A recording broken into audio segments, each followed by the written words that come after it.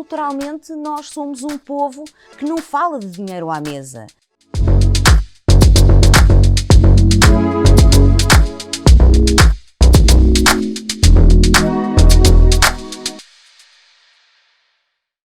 Olá, começa agora o segundo episódio do Great Podcast da Great Place to Work Portugal, uma nova aventura. Este episódio realiza-se no Laboratório de Inovação da Analytics da Nova IMS, em Lisboa, um espaço que procura promover uma maior integração entre o mundo académico e o mundo profissional.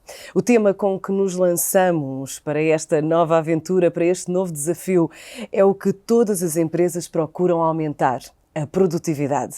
O que se procura desde sempre, seja nas famílias, no processo educativo, seja nas empresas, independentemente do seu tamanho ou setor de atividade. Antes de passarmos à convidada deste segundo episódio, apresentar quem estuda as temáticas empresariais e a evolução que têm tido ao longo dos anos. O professor Guilherme Martins Vitorino, professor auxiliar convidado na Nova IMS, que tem um longo currículo que se foca muito nas novas abordagens à inovação e à gestão da mudança em empresas de referência em Portugal, no Brasil e nos Estados Unidos. Uma vez que grande parte das empresas que vão passar por este podcast tem um percurso internacional, já como professor, nota-se uma grande diferença de preocupação com o aumento da produtividade também lá fora? É diferente? Eu acho que não, eu acho que há uma preocupação transversal em relação a estes temas da produtividade, porque realmente é um tema importante para o bem-estar e para o crescimento da sociedade em geral. O que sabemos é que se tivermos níveis de produtividade mais elevados, também podemos ter salários e rendimentos mais elevados das pessoas, e isso é hoje em dia muito importante. O que também sabemos é que Portugal ainda tem um longo caminho a percorrer neste tema da produtividade, e temos que continuar a debatê-lo. O que sabemos também é que, comparando com outros países da OCDE, Portugal tem uma produtividade laboral mais baixa. Estava aqui a ver uma 33% abaixo da média da OCDE. Nem tudo são más notícias, temos vindo a crescer. Na última década crescemos 1,2% ao ano em termos de produtividade, portanto são boas notícias, estamos a aproximar-nos, mas mesmo assim ainda estamos muito atrás da média da OCDE e da média da União Europeia. O que também sabemos, para dar esta panorâmica inicial, é que o setor dos serviços, que em Portugal é o que mais contribui para o PIB, é também o que tem menos produtividade quando comparado com a parte da construção ou da própria indústria. E, portanto, há aqui um trabalho ainda a percorrer, ou seja, temos boas notícias, estamos a convergir para a média, mas ainda temos aqui um longo desafio pela frente. Vamos ver o que é que vai sair daqui. Entretanto, a nossa convidada é Irene Vieira Rua, a pessoa das pessoas, como é tratada por muitas pessoas dentro do Doutor Finanças. A Irene integrou o Doutor Finanças em 2017 como diretora de Recursos Humanos e, passados 5 anos, passou a integrar a Comissão Executiva na qualidade de Chief People Officer. Liderou a implementação de iniciativas como a Semana de 32 Horas ou o modelo de trabalho totalmente flexível, e acredita que as organizações são as suas pessoas e que tudo o resto são histórias muito mal contadas. É mesmo assim? Sim, definitivamente. A Irene é licenciada em Psicologia, pós-graduada em Gestão e Desenvolvimento Estratégico de Recursos Humanos e ainda com um Executive Master em Project Management. E uma vez que considera que as pessoas são a verdadeira força motriz de qualquer organização, como é que se mede a qualidade da produtividade, Irene?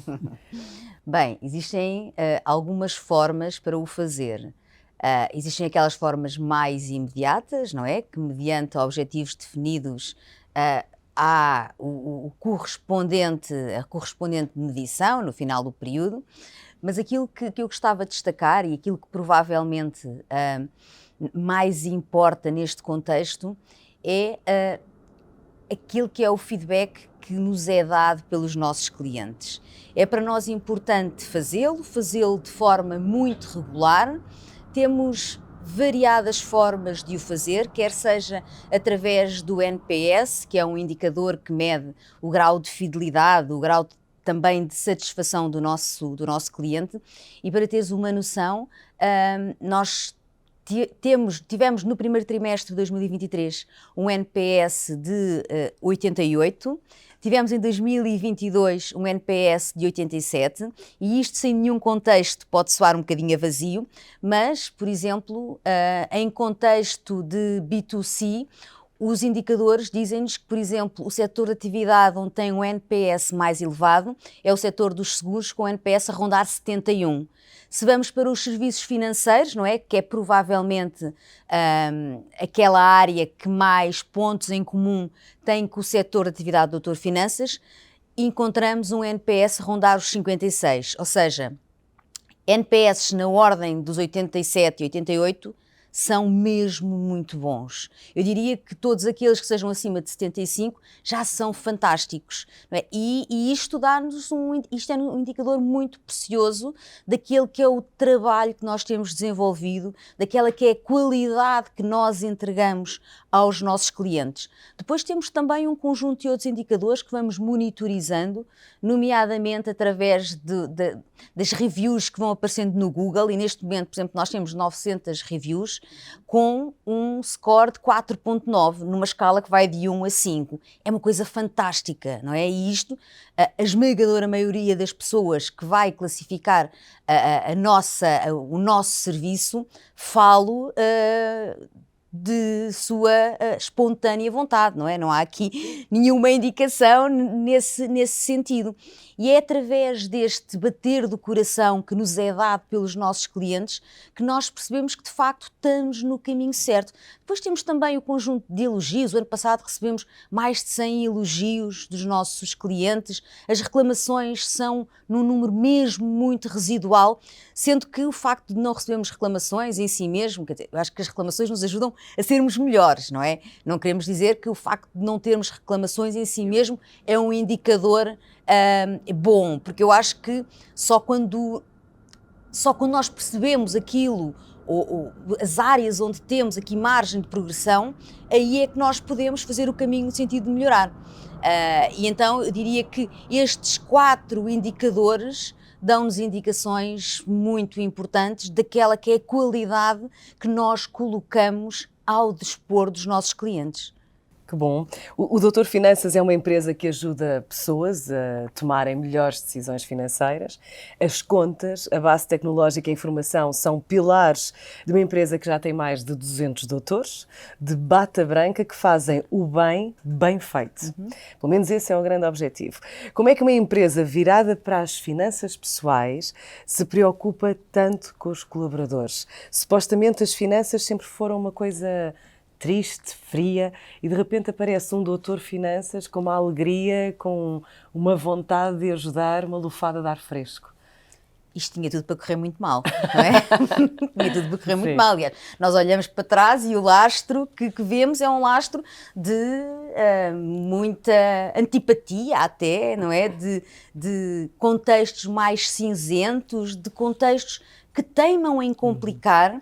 E percebendo, não é, feito esse diagnóstico, lá vamos nós utilizar o vocabulário da medicina, mas feito esse diagnóstico, que não serve a ninguém, pois o doutor Finanças tinha mesmo de constituir aqui a pedrada no charco e descomplicar temas que são complicados por natureza, dar toda uma leveza a um tema que eu acho que até culturalmente, e tudo o que é cultural tem aqui raízes muito profundas e custa muito a mudar, mas culturalmente nós somos um povo que não fala de dinheiro à mesa, não é?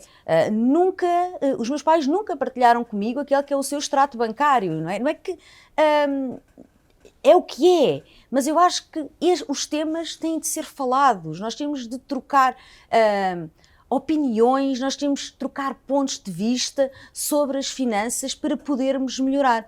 E isto de sermos uma empresa mais colorida, mais centrada nas pessoas, mais descomplicando o que é complicado e não tem por que ser complicado, isso faz com que tudo flua de uma forma mais facilitada. E o Doutor Finanças é isto, é o desejo de ajudar todo o conjunto de pessoas a que a nós recorrem a tomarem decisões informadas. Nós não existimos para tomar decisões por ninguém. O que nós queremos fazer é colocar a informação à disposição das pessoas para que seja fácil perceber que, por exemplo, uma decisão sobre um crédito de habitação não se faz única e exclusivamente através de um spread, por exemplo. Sim. Há todo um conjunto de outras variáveis que orbitam à volta de um crédito de habitação e que devem ser levadas em linha de conta. E o que nós fazemos, o nosso propósito é descomplicar, tornar aqui este vocabulário acessível, adequando também a todas as pessoas que a nós recorrem, e recorrem a nós pessoas com mais conhecimentos em finanças pessoais, em gestão, outras nem por isso. Aquilo que nós fazemos é quase que hiperpersonalizar a experiência à medida de cada cliente. A consulta, portanto. Exatamente. A consulta. Professor Guilherme, como é que vê esta mudança de paradigma numa empresa que tem por base as finanças, que geralmente são sítios desumanos e distantes das pessoas, famosas pelas senhas que dão acesso a sítios que não levam a lado nenhum? Como é que vê que este doutor Finanças seja agora visto de uma forma tão simpática, tão agradável e, neste caso, tão verdadeiramente preocupados com as pessoas, quer com os clientes, quer com os próprios colaboradores? Eu acho sinceramente que é fascinante, até por estes exemplos que a Irene deu, porque normalmente quando na gestão falamos de produtividade, falamos da alocação de recursos para produzir um determinado resultado. E a Irene, muito bem, falou também numa definição de produtividade que é pelo lado da qualidade e da satisfação do cliente. E, portanto, só mencionar isso acho que é logo ilustrativo. Eu, uma vez, tive uma reunião com uma instituição financeira que, na área de gestão de reclamações, dentro da instituição estavam todos os departamentos a cumprir os requisitos, mas o cliente demorava 3 meses a receber uma resposta a uma reclamação. Okay. Mas lá dentro estava toda a gente a cumprir e, portanto, acho muito interessante esta cultura. Acho que é muito interessante esta cultura que no marketing se chama uma cultura de challenger, porque, de facto, esta área está a ser profundamente transformada, também muito fruto de uma revolução tecnológica, que temos robôs a darem-nos aconselhamento financeiro, temos bancos exclusivamente digitais e online, temos plataformas de empréstimo entre pessoas para pessoas e, portanto, acho muito interessante que é uma indústria que se está a reinventar por completo, não surgindo em instituições iguais às que existiam anteriormente, mas instituições mais pequenas que estão a fazer partes do negócio que anteriormente, se calhar, estava todo concentrado em grandes instituições. E, portanto, em termos organizacionais, acho que há 2 grandes desafios. Os grandes têm que ter esta agilidade para se reinventar e se aproximar das pessoas, porque isto basicamente é um negócio de confiança, baseado na confiança. Os mais pequenos, à medida que crescem, como é o caso do doutor Finanças, não podem ganhar os maus hábitos de uma instituição muito grande e que não inova. E, portanto, acho que há estes dois desafios. Uma última coisa que gostava de dizer é que o que sabemos, eu no outro dia estava a ver um estudo nos Estados Unidos sobre a quem é que confiaria o seu dinheiro, se pudesse confiar a qualquer empresa. E o que era interessante era que naquele estudo que eu vi, os bancos apareciam lá muito para baixo, ou seja, os primeiros lugares eram empresas tecnológicas. E isto, na relação de confiança, é estranho, ou seja, se eu confio mais na Apple ou na Amazon do que no meu banco, para gerir as minhas finanças, alguma coisa está a ser profundamente alterada neste setor e acho que o Dr. Finanças aí muito bem ocupou o seu espaço. Tem feito um bom trabalho. Tendo agora em conta os colaboradores, uma vez que nós entramos neste sistema de muito teletrabalho ou mesmo sistemas híbridos, como é que o Dr. Finanças conseguiu manter ou mesmo elevar os padrões de produtividade entre os colaboradores? Nós temos um pilar que para nós é inquestionável, que é a proximidade. Independentemente da pessoa estar a desenvolver o seu trabalho à distância ou fazê-lo presencialmente, nos escritórios.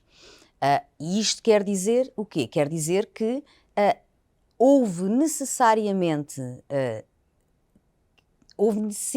que as lideranças se reinventassem, que percebessem que, de facto, liderar à distância não é exatamente a mesma coisa que liderar presencialmente, E não existe uma forma melhor nem outra pior. São diferentes. E por serem diferentes também exigem ferramentas diferentes. Existem aqui competências diferentes. E aquilo que fizemos, logo em primeira instância, foi capacitar as lideranças com as ferramentas que entendemos serem as necessárias para poderem fazer este trabalho de gerir à distância.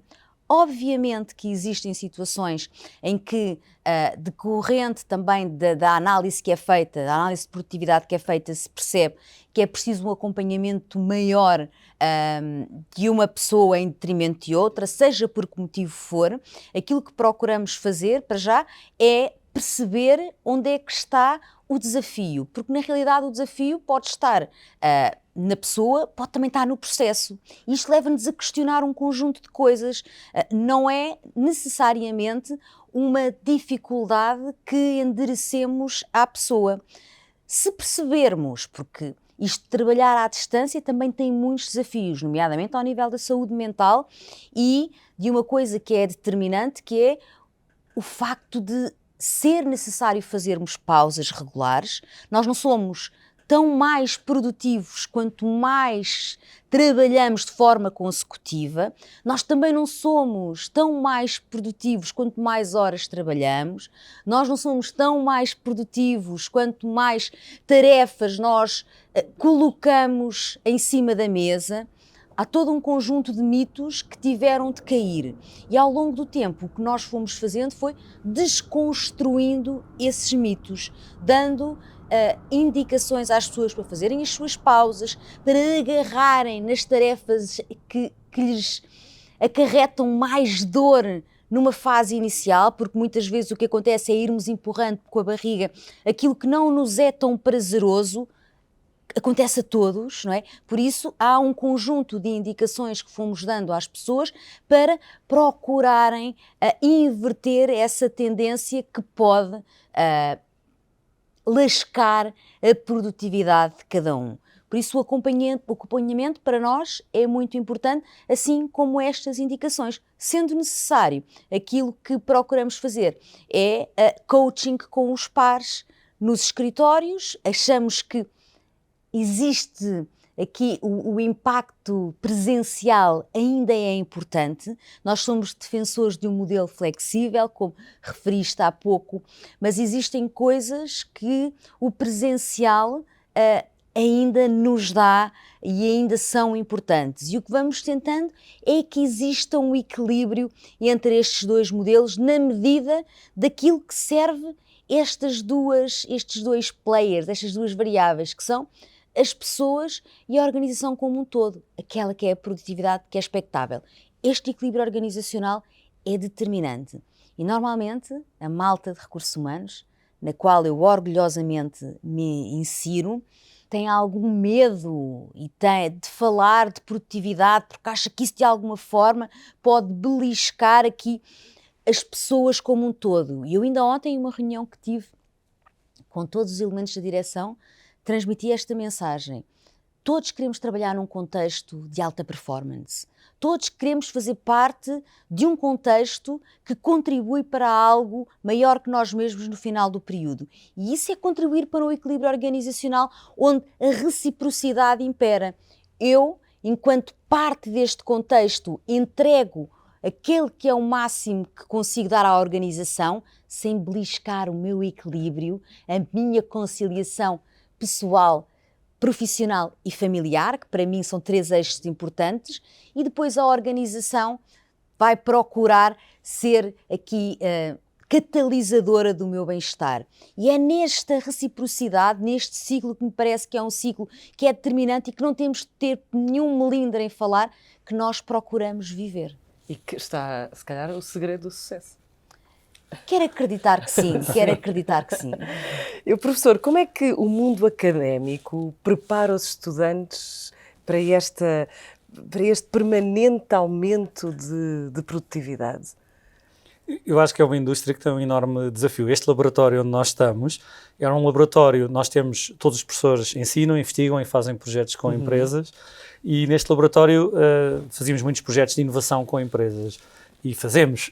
O que vimos foi, durante a pandemia, começámos a consciencializar que quem mais precisava de inovação era a própria indústria onde nós nos inserimos, Sim. porque ainda ensinamos da mesma forma há 200 anos, agora temos um PowerPoint, mas é um bocadinho diferente. Okay. E então o que tentamos fazer é também prototipar novos modelos de ensino e de aprendizagem, porque realmente o mundo mudou e estas novas gerações também têm expectativas diferentes. E, portanto, temos uma componente que me parece teórica, óbvia e sólida. Depois temos uma componente já há muitos anos, desde as licenciaturas, em todos os níveis que assinamos, de transferable skills, ou seja, nós formamos cientistas de dados e, portanto, pessoas com uma componente teórica e de programação e de gestão forte, mas para nós essa inclusão dessas competências transversais e dos temas da empatia para cientistas de dados, achamos que foi muito diferenciador e as empresas dão-nos esse feedback. E depois essa proximidade com as empresas. Temos empresas no nosso board da faculdade, nós adaptamos a nossa oferta também às necessidades do mercado e tentamos trazer as organizações e os seus desafios para quanto mais cedo possível e melhor, integrar os alunos nos desafios que depois vão, muito em breve, encontrar no mercado de trabalho. E, portanto, este equilíbrio entre a parte teórica, os transferable skills e depois a componente prática, acho que tem sido aqui bastante o segredo do nosso sucesso e está à vista, ou seja, o mundo está aqui a caminhar numa direção onde esta área da gestão de informação e da ciência dos dados é muito importante para a produtividade, se calhar depois já podemos falar daqui a pouco sobre isso, e portanto nós sentimos esse peso de responsabilidade de formar pessoas que possam liderar esta transformação. E não é fácil, mas estamos nesse caminho. Ou seja, o mundo académico ensina a que as pessoas aprendam a vida toda, já não como há uns anos que aprendiam na faculdade e ficavam com Eu acho que sim, e acho que temos, não sei se posso chamar assim, mas temos visto juntar-se aos cientistas de dados novas tribos. Por exemplo, os recursos humanos, nós temos tido um aumento exponencial de pessoas da área de recursos humanos porque o tema do People Analytics está a crescer, as pessoas querem tomar decisões mais baseadas em dados e, portanto, é muito interessante que, se calhar, os cientistas de dados há uns tempos tinham outro nome menos pomposo e estavam mais confinados em certas áreas da sociedade e das organizações, e agora nós estamos a assistir, temos uma área muito forte de marketing, de políticas públicas baseadas em dados, de people analytics, etc. E, portanto, temos estado a alargar aqui a nossa esfera de atuação, que é muito interessante. Irene, há alguma história curiosa que queiras partilhar connosco e que tenha surpreendido ou que tenha servido de exemplo para aumentar a produtividade dos colaboradores do Doutor Finanças? Bem, agora devia-me ser assim na manga, assim, uma coisa assim muito engraçada, não é? Tipo, não me sai nada. Mas na realidade eu acredito muito no facto de ser determinante termos a pessoa certa no lugar certo. E isso nem sempre se consegue ter numa primeira interação. Seria fantástico nós termos uma entrevista, que é um processo por amostragem, não é? Em que nós dedicamos até grande parte, um grande período de tempo. Nós não somos aquela empresa que em 15, 20, 30 minutos despacha um candidato todo. Aquilo é um momento para nós conhecermos quem está do outro lado. Acho que merece o nosso respeito, o nosso cuidado, e temos interesse em fazê-lo e é mútuo. Por isso, a entrevista normalmente é um processo por amostragem, complementada por uma entrevista também técnica, e nem sempre nós conseguimos perceber num tiro que aquela pessoa é certa para aquele lugar. E podemos achar que é e perceber que afinal não é, depois de desenvolvido o trabalho. E já aconteceu nós alocarmos alguém a determinada responsabilidade e percebermos ao final de determinado período que de facto aquela função não fazia os olhos daquela pessoa brilhar. E isto percebia-se através da entrega que colocava naquilo que fazia, percebia-se também através daquela que era a sua produtividade. Mas nós também não somos uma empresa que manda a toalha ao chão assim à primeira tentativa, porque acreditamos no potencial das pessoas e acreditamos que Todos temos o nosso talento. Nós não somos bons a fazer tudo, não temos de ser. E muitas vezes, quando teimamos em ser, aquilo que acontece é que não somos bons a fazer nada, somos medianos a fazer um conjunto de coisas. Aquilo em que nós acreditamos é que é importante identificar qual é o talento. E aconteceu uma situação em que esta pessoa, em determinada função, não correspondia, não era apaixonada, não entregava na qualidade que a organização queria. Depois de assumir novas responsabilidades, todo um novo mundo apareceu e ela passou a ser feliz em contexto de trabalho. Muito se fala em felicidade em contexto de trabalho e eu acredito que a felicidade em contexto de trabalho é possível. Não secundarizemos a felicidade em alguém que não nós próprios, mas as organizações podem dar uma ajuda importante no garante da felicidade das suas pessoas e não podem sacudir a água do capote. Por isso, nesse caso em específico, a pessoa passou a ser feliz em contexto de trabalho e passou a ser mais produtiva. Ou seja, a produtividade está mesmo indexada ao bem-estar das pessoas, àquela que é a sua felicidade percepcionada em contexto de trabalho, e este foi um exemplo muito claro disso. Não é preciso, obviamente que é importante nós alavancarmos a nossa atuação com base na investigação e procuramos fazê-lo, mas depois temos sempre estes exemplos práticos que nos dizem, vês, afinal o caminho é mesmo este. O brilho nos olhos também é sentido nas aulas? Eu acho que sim. Já aconteceu dizer a um aluno, não vais por aí? Não, eu acho que o que eu noto é que hoje em dia essa felicidade também é muito aliada ao propósito e, portanto, eles querem conhecer o que é que está por trás do propósito de uma determinada organização e isso acho que é uma coisa muito positiva desta nova geração e que também lança enormes desafios a várias indústrias tradicionais porque as pessoas querem perceber o que é o que nós dizemos, as pessoas falam muito no know-how, mas este é o know why, é porque é que eu acordo de manhã e vou trabalhar, sim, não é? Sim. E isso vejo que é cada vez mais importante para esta geração e acho que é ótimo. E as empresas têm que também conseguir dar esta resposta do know why. E mudar. E mudar, se calhar. E mudar. O prémio que venceram na gala do Great Place to Work, na dimensão empresas entre 101 e 200 colaboradores, como é que foi recebido? Achas que vai haver maior produtividade por causa deste prémio? Não. As pessoas já são felizes e o prémio não veio aumentar, mas talvez tenha sido uma comprovação. Sim, foi o reconhecimento daquilo em que nós acreditamos. Recebemos-lo com tanto orgulho como responsabilidade, porque na realidade a responsabilidade agora e aquilo que nos é exigido é continuarmos a fazer o caminho que temos vindo a fazer. Nós fazemos, e há uma coisa que para mim é importante, que é muito mais até do que estar a perceber onde é que nós queremos chegar, tipo, e agora? Agora ficaram em quarto lugar, para o próximo ano querem ir para o terceiro? Eu diria que isso é relativamente insignificante, porque aquilo que nós queremos fazer é continuar a trabalhar com o mesmo objetivo de ter as pessoas no centro, mais do que olhar para aquele objetivo, olha, agora vamos chegar ali, aquilo que nós queremos é desfrutar do caminho.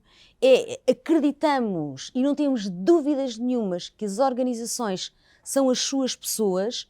Isto é uma equação que é tão fácil de resolver. Eu diria que as minhas filhas, com 13 e 10 anos, conseguem muito facilmente perceber que se as pessoas se sentem bem em contexto de trabalho, elas vão dar mais de si, vão ser mais comprometidas, vão estar mais motivadas, vão ser mais felizes e vão ser mais produtivas. Por isso, este reconhecimento obviamente que é motivo de orgulho, obviamente que festejamos, obviamente que é o reconhecimento daquilo que é o caminho que temos feito e que nos trouxe até hoje, mas tem sido uma coisa natural. Sim, não é forçada, digamos assim. Sim. Exato. Professor Guilherme, quer deixar alguma dica para quem está a estudar também estes novos desafios da produtividade sempre elevada?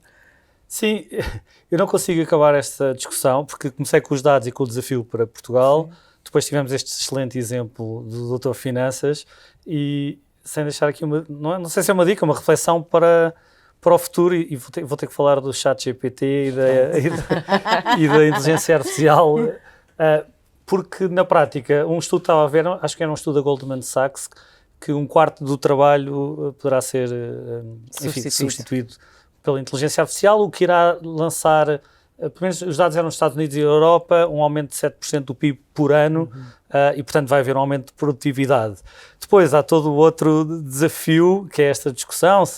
Eu estou muito à vontade, porque outro estudo que vi, a primeira profissão que ia ser substituída eram os professores. Portanto, estou particularmente à vontade. Mas esta discussão acho que é interessante. Isto depois é transversal a todas as funções, aliás, nesse estudo, níveis salariais mais altos até poderiam ter maior impacto, advogados, mais impacto do que noutras, e portanto acho que há aqui muitas coisas interessantes e positivas de coisas que nós fazemos, tarefas repetitivas que não criam valor, e portanto se calhar mais tempo para nos focarmos na empatia e no consumidor. Por outro lado, também a responsabilidade das organizações de repensarem a sua organização, a responsabilidade das universidades, temos que formar também pessoas que saibam responder a estes desafios e que se permaneçam atualizados. E, portanto, acho muito interessante. Nós aqui também no laboratório temos estado a fazer várias experiências de como não combater, mas integrar a inteligência artificial e, portanto, saber que, se calhar, se eu der um trabalho teórico para os alunos redigirem, que se calhar vai sair, mas se calhar mais vale se calhar desenvolvermos o espírito crítico e partirmos daí e não estarmos também a pedir às pessoas para fazerem coisas repetitivas e mecanizadas que se calhar vão ser facilmente substituídas. Portanto, acho que aqui o que é urgente é nós vermos aqui os impactos sociais, legais e outros, e tentarmos perceber como é que podemos desenhar esta sociedade do futuro e integrar a tecnologia nessa sociedade e não temer que vamos ser substituídos. É isso. É com este alerta mesmo, é com este alerta, e é uma ferramenta também para o sucesso, que chegamos ao final do segundo episódio do Great Podcast, do Great Place to Work Portugal. Agradeço a participação da Irene Vieira Rua, do Doutor Finanças, e também do professor Guilherme Martins Vitorino. O que lhe vou pedir a si é que partilhe a conversa e deixe o seu comentário. Como é que na empresa onde trabalha tudo isto se processa? O que é que faz para aumentar a produtividade na sua empresa? E, se preferir, coloque questões que nós vamos tentar responder a todas o mais breve possível. Nada como aprendermos e melhorarmos a vida das nossas empresas uns com os outros. Bom trabalho e até ao próximo Great Podcast.